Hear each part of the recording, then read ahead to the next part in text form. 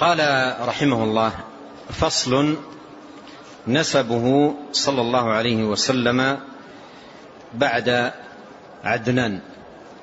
عرفنا أن نسب النبي عليه الصلاة والسلام إلى عدنان الجد 20 للنبي عليه الصلاة والسلام موضع اتفاق بين أهل العلم ولا خلاف في ذلك. ولهذا يقول ابن القيم رحمه الله في زاد المعاد: إلى هنا يعني إلى عدنان معلوم الصحة متفق عليه. إلى هنا معلوم الصحة متفق عليه بين النسابين ولا خلاف فيه البتة. وما فوق عدنان مختلف فيه. ما فوق عدنان من أجداد النبي عليه الصلاة والسلام، سواء ممن فوق عدنان إلى إسماعيل بن إبراهيم عليهم السلام، أو من فوق إبراهيم إلى آدم عليه السلام، مختلف فيه من حيث العدد بين مقل ومستكثر كما سيأتي عند ابن كثير رحمه الله، ومختلف فيه أيضا من حيث تحديد الأسماء. قال رحمه الله: فهذا النسب الذي سقناه إلى عدنان لا مرية فيه ولا نزاع، وهو ثابت بالتواتر والإجماع، أي مجمع عليه بين أهل العلم ومتواتر نقله ولا خلاف فيه البتة. قال: وإنما الشأن فيما بعد ذلك، أي بعد عدنان إلى إبراهيم أو إلى إسماعيل، وكذلك من إبراهيم إلى آدم، فهذا لا يعلم حقيقته إلا الله سبحانه وتعالى. قال: وإنما الشأن فيما بعد ذلك، لكن لا خلاف بين أهل النسب وغيرهم من علماء أهل الكتاب أن عدنان من ولد إسماعيل نبي الله، وهو الذبيح على الصحيح من قولي الصحابة والأئمة، وإسماعيل ابن إبراهيم خليل الرحمن عليه أفضل الصلاة والسلام.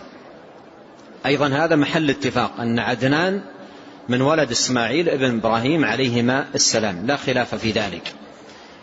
لكن ما أسماء أجداد النبي عليه الصلاة والسلام من بعد عدنان إلى إسماعيل وكم العدد، هذا مختلف في كم العدد، ومختلف كذلك في أسماء أجداد النبي عليه الصلاة والسلام.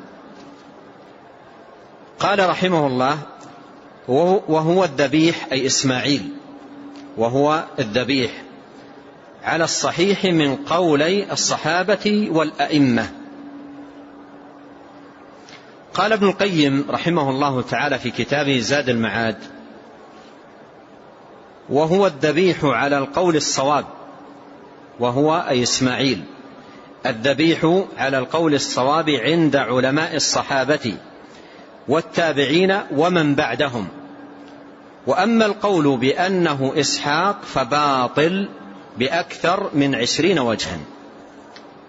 وأما القول بأنه إسحاق فباطل بأكثر من 20 وجها، وذكر رحمه الله تعالى بعضها. قال: وسمعت شيخنا شيخ الإسلام ابن تيمية يقول هذا القول، أي أن الذبيح إسحاق وليس إسماعيل، سمعت شيخنا شيخ الإسلام ابن تيمية رحمه الله يقول هذا القول إنما هو متلقى من أهل الكتاب، إن هذا القول إنما هو متلقى عن أهل الكتاب، مع أنه باطل بنص كتبهم، أي كتب أهل الكتاب. ونقل ابن القيم شيئا يبين ذلك ويشهد له. قال: وقد اختلف في كم أب بينهما على أقوال، بينهما أي بين عدنان وإسماعيل، فأكثر ما قيل 40 أبا، وأقل ما قيل 7 آباء. في البداية والنهاية قال وأقل ما قيل 4، قال وقيل 9 وقيل 15، ثم اختلف في أسمائهم. فيلاحظ هنا الخلاف من جهتين: من جهة العدد بين مقل ومستكثر، فرق بين 40 و4 أو بين 40 و7، وأيضا مختلف في تعيين الأسماء. قال وقد كره بعض السلف والأئمة الانتساب إلى ما بعد عدنان. ويحكى عن مالك بن أنس الأصبحي الإمام رحمه الله أنه كره ذلك، وجاء عنه رحمه الله عن مالك رحمه الله أنه قال من أين له به، من أين له به يعني من أين له بما يثبت ما يذكره من انتساب بعد عدنان. وبعض السلف لم يكرهوا ذلك وذكروا الانتساب من بعد عدنان، كما سيأتي فيما نقله الحافظ ابن كثير رحمه الله تعالى. قال الإمام أبو عمر بن عبد البر في كتابه الإنباه، مر معنا الكتاب قريبا، الإنباه في قبائل الرواه، والذي عليه أئمة هذا الشأن في نسب عدنان قالوا عدنان ابن أدد ابن مقوم، ثم ذكر باقي النسب. قوله في أثناء ذكر النسب شاروخ ابن راعو ابن فالخ، كذا في الفصول. وجاء في البداية لابن كثير قال ابن ساروغ بالغين، ابن راغو بالغين، ابن فالغ أيضا بالغين.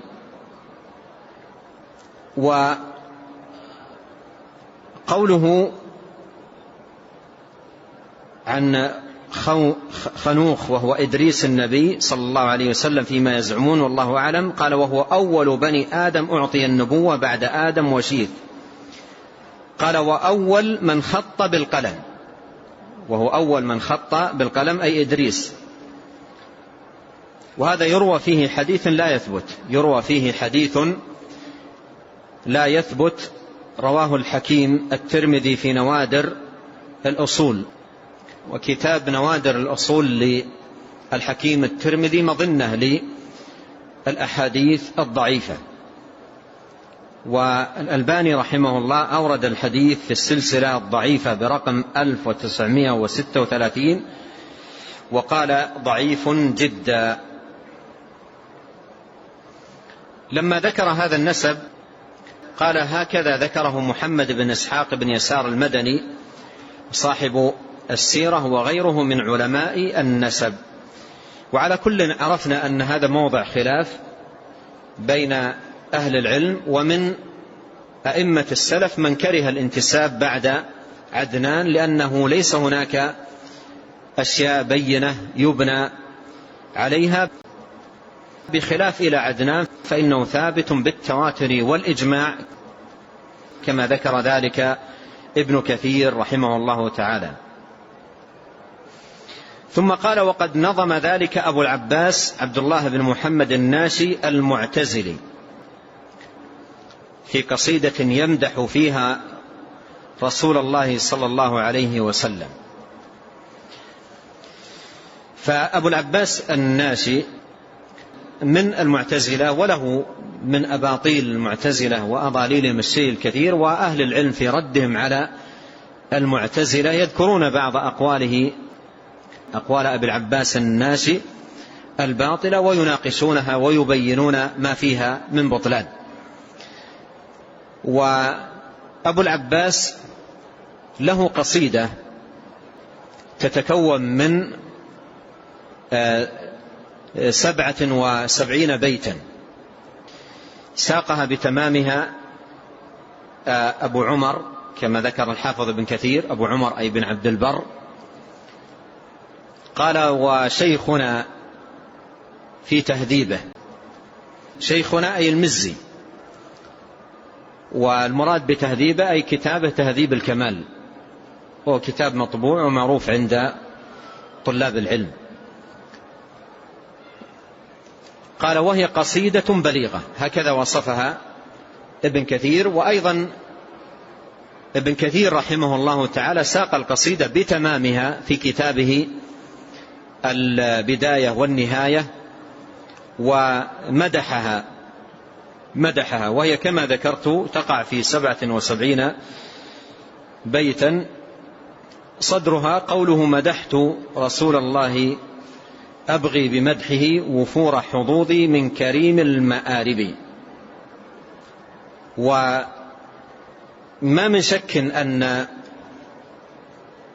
كريم المآرب، وفي بعض النسخ المواهب، كريم المآرب أو كريم المواهب، تنال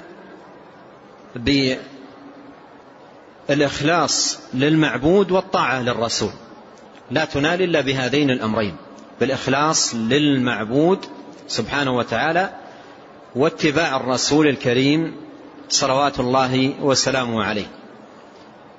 وتحصيل وفور الحظ الوافر